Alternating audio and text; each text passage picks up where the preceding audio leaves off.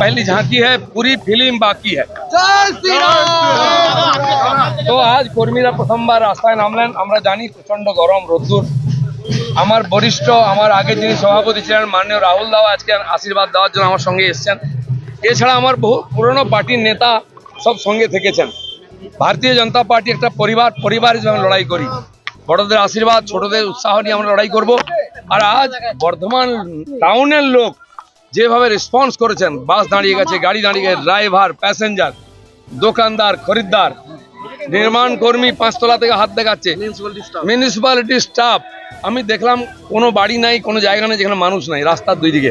এতে বোঝা যাচ্ছে বর্ধমানে বিজেপিকে সর্বোচ্চ ভোটে এনারা জিতাবেন। পশ্চিমবাংলার মধ্যে 1 নম্বর সিট হবে বিজেপি, এটা জিতবে।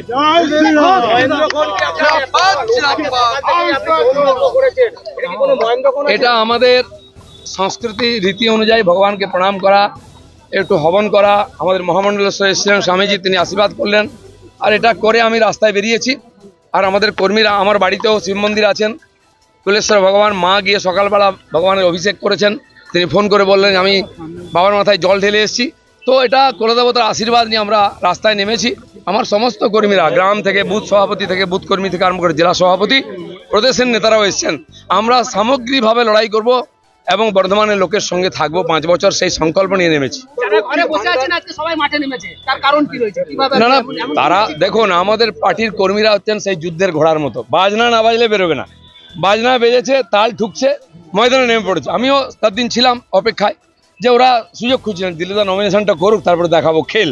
পশ্চিম মেদিনীপুরের পর বর্ধমান, দুর্গাপুর মনক্ষুণ্ণ যেটা ছিল, কোনো মনক্ষুণ্ণ নয়। দার্জিলিং বললেও দিলীপ ঘোষ লড়তো এবং জিততো, কারণ আমার পার্টির লক্ষ লক্ষ কর্মী আমার সঙ্গে আছেন। তারা পদ্মফুলকে মোদীকে জেতাবেন। লক্ষ্মীর ভান্ডারকে মোকাবিলা করবেন কিভাবে? কোনো ভান্ডার চলবে না ভাই, ভান্ডার ফোড় হয়ে যাবে, দেখে নিন চলবে। দিলীপ দা এই কেন্দ্র থেকে লক্ষ ভোটে জিতুক, এটা সারা পশ্চিম বাংলার বিজেপি কর্মীদের চাহিদা এবং মনের আকাঙ্ক্ষা। এবং আজকে যা বর্ধমানে আমরা চিত্র দেখলাম, পুরো তো দেখা যাচ্ছে বর্ধমান শহর পুরো ভেঙে পড়েছে। যেভাবে মানুষ রাস্তার দুধারে দাঁড়িয়ে ছাদে জানলা দিয়ে আশীর্বাদ দিচ্ছে, এর থেকে পরিষ্কার বোঝা যাচ্ছে বর্ধমানে একটা ব্যাপক পরিবর্তন হতে চলেছে। আর মমতা ব্যানার্জির পার্টি এখানে লক্ষ্মীর ভান্ডারের মধ্যে ঢুকে যাবে আর লক্ষ্মীর ভান্ডার থেকে বেরোতে পারবে। কালকে তারা মনোনয়নপত্র জমা দিতে এসে বলেছিলেন কি 1000 বিজেপির কর্মী হবে না। আজকে তো ছবিগুলো নিয়ে গিয়ে দেখিয়ে দেবেন। কীর্তি আজাদ যে নমিনেশন দিতে এসেছিল, আমি তো শুনলাম 250-300 লোক নিয়ে। তৃণমূলের দুরবস্থা কোথায়? কারণ এখন তৃণমূলে কে জেলে যাবে আবার নতুন করে হিসাব করতে শুরু করেছে। তার কারণ হাইকোর্টের রায়ের পর, সিবিআইর খোলা হাত দেওয়ার পর কোন কোন তৃণমূল নেতা জেল খাটবে তার হিসাব এখন তৃণমূলের নেতারা করতে শুরু করেছে। তাই কাউকে ময়দানে পাওয়া যাবে না। আর কালকে ওদের 200-300 মোকাবিলায় আজকে দেখুন হাজার হাজার মানুষ রাস্তায় নেমে পড়েছে। এবং তারা যেভাবে দিলীপ দা যখন আমাদের প্রতীক চিহ্ন পদ্মফুল ছুটছিল, আপনাদের সবার ক্যামেরায় ধরা পড়েছে কিভাবে লোকেরা পদ্মফুল লুপে নিচ্ছিল। দিলীপ দা ছুটতে ছুটতে বলছিল যে IPL খেলা হচ্ছে। একদম স্কুলের বাচ্চা থেকে শুরু করে বয়স্ক লোকেরা থেকে শুরু করে স্কুটার চালাতে চালাতে যাচ্ছে, বাসের চালক, রিক্সাওয়ালা, সবাই পদ্মফুল নেওয়ার জন্য কিরকম পাগল ছিল।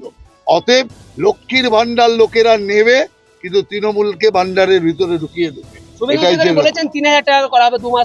না না, সেটা তো যখন আমরা আসবো তখনের কথা। এখন যেটা হবে, লক্ষ্মীর ভান্ডারেই ঢুকিয়ে দেবে তৃণমূল কংগ্রেস।